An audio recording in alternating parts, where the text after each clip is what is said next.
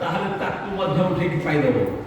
प्राप्त मात्रेण भोक्तव्यम नात्र काल विचारणा कोनोसी शौच अशौच किसी विचार नहीं बाप मरिकी पड़ी जदि जने महाप्रसाद आनिक हाथ में देला ता संस्कार पछर आग पाइदब संस्कार करके आसिले सब संस्कार करके आसिले महाप्रसाद पाइब सोईच उठिकी मुह धोइन कि पाइखाना जाइके आसी तो स्नान करिन लुगा बदलिन जदि जने तुम हाथ को महाप्रसाद देला ताले तत्क्षणा तो महाप्रसाद पाइदब कहीं अपेक्षा करबनी कौन कालर विचार कहीं केते बेले तुम जाइके स्नान करके आसला बेलको जो ता भीतर प्राण चली जीव तेणु प्राप्त मात्र भुक्त में पड़ोस एवं महाप्रसाद रे कहिले आहा प्रसाद जगदीशस्य अस्नाम नासी किंचन जे संकल्प लिए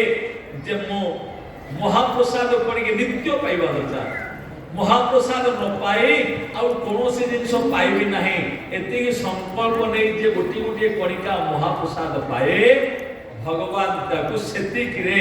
जीवन मुक्त करके भगवत चरणारविंद प्राप्ति कर देंदी बोल जगन्नाथ भगवान की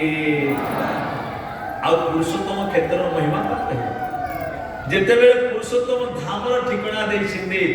भगवान ब्रह्मा को कहले हे ब्रह्मा तमे जाओ से पुरुषोत्तम धाम को गले जाय अनुभव कर पारे कहिले हुएनी कि सुनिले हुएनी ये होछि अनुभव कथा जे ठाकुर को आश्रय नै सिंधी जे भगवान का आश्रय नै सिंधी सिए तांकर अनुभव जानती अनुभवी जाने अनुभव कथा आज अनुभव न करछि सिएला कहि परिबनी जेमिति कि गुरुदेव कहंती जण रसगोल्ला खाइनी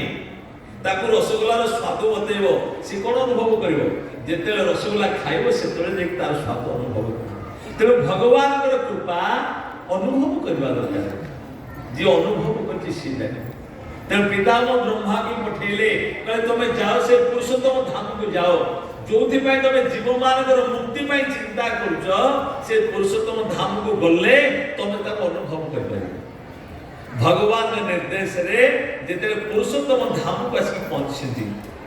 एवं आसी पहुंचला मात्र के महाप्रभुकर अद्भुत लीला देखले अत्यद्भुत द्वयम दृष्टा दुईटा अद्भुत जिंस देखले कौन अद्भुत जिंस दुईटा देखले जोठी जीव मान को पाई मुक्ति पाई शास्त्र संसर्ग